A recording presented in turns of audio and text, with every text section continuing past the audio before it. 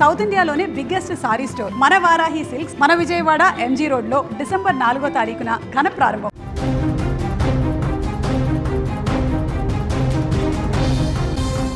తెలుగు రాష్ట్రాలను మరోసారి ప్రకృతి విలయం వెంటాడబోతుంది.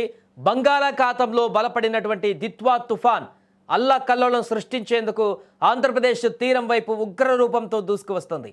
ఈ తుఫాను ప్రభావంతో ఇప్పటికే ఏపీలోని 3 జిల్లాలకు రెడ్ అలర్ట్ కూడా జారీ చేశారు. ఈ తుఫాను ప్రభావంతో తీరం వెంబడి గంటకు 80 కిలోమీటర్ల వేగంతో పెనుగాలులు వీచే అవకాశం ఉందని వాతావరణ శాఖ హెచ్చరిస్తుంది. దీంతో రానున్న 48 గంటలు రాష్ట్ర ప్రజలకు అత్యంత కీలకంగా మారనున్నాయి. ప్రస్తుతం నైరుతి బంగాళాఖాతంలో ఈ దిత్వా తుఫాన్ శక్తివంతంగా కొనసాగుతుంది. ఇది ఆంధ్రప్రదేశ్ తీరం వైపు మెల్లమెల్లగా దూసుకువస్తుంది. దీంతో రాష్ట్రంలోని పలు జిల్లాలలో మోస్తారు నుంచి భారీ వర్షాలు కురిసే అవకాశం ఉందని అధికారులు తెలిపారు.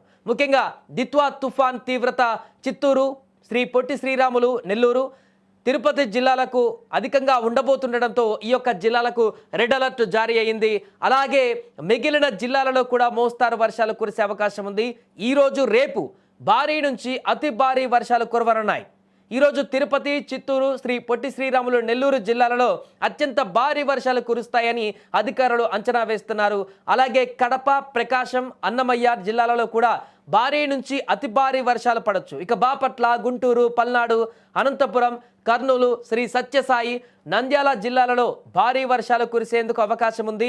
రేపు ప్రకాశం, నెల్లూరు జిల్లాలలో అత్యంత భారీ వర్షాలు కూడా కురవచ్చు. ఇక ఉభయ గోదావరి జిల్లాలు గుంటూరు, కడప, తిరుపతి, డాక్టర్ బిఆర్ అంబేద్కర్ కోనసీమ, ఏలూరు, పల్నాడు, బాపట్ల, ఎన్టీఆర్, కృష్ణా, అన్నమయ్య జిల్లాలలో కూడా భారీ వర్షాలు కురుస్తాయని వాతావరణ శాఖ పేర్కొంది.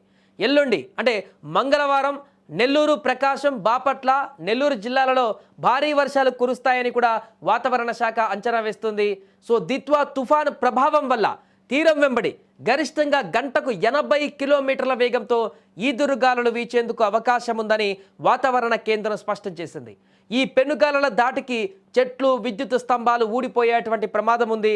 అందుకే ప్రజలు జాగ్రత్తగా ఉండాలని కూడా అధికారులు హెచ్చరిస్తున్నారు.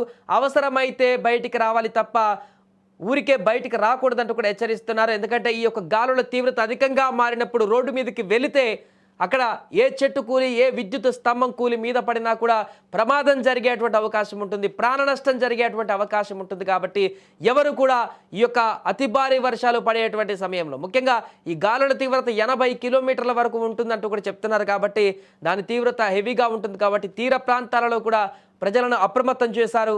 మత్స్యకారులను మరీ ముఖ్యంగా సముద్ర వేటకు వెళ్లేందుకు కొన్ని తీర ప్రాంతాల వద్ద ఆంక్షలు కూడా విధించేటువంటి అవకాశం ఉన్నట్టు తెలుస్తుంది. వారు వేటకు వెళ్లకుండా ఈ 2 రోజుల పాటు జాగ్రత్తగా ఉండాలంటూ చెప్తున్నారు. ఏదేమైనా కూడా మరొక తుఫాన్ అనేది ఆంధ్రప్రదేశ్లో మరొకసారి కల్లోలం సృష్టించేందుకు సిద్ధమవుతుంది. మోంతా అంత ఎఫెక్ట్ చూపించినప్పటికీ కూడా 3 జిల్లాలలో మాత్రం అత్యంత ప్రభావం అయితే ఈ యొక్క దిత్వా తుఫాన్ది ఉండేటువంటి అవకాశం ఉన్నట్టుగా కనపడుతుంది. ఆ యొక్క జిల్లాలలో ప్రజలైతే చాలా అప్రమత్తంగా ఉండవలసిన అవసరం ఉంది.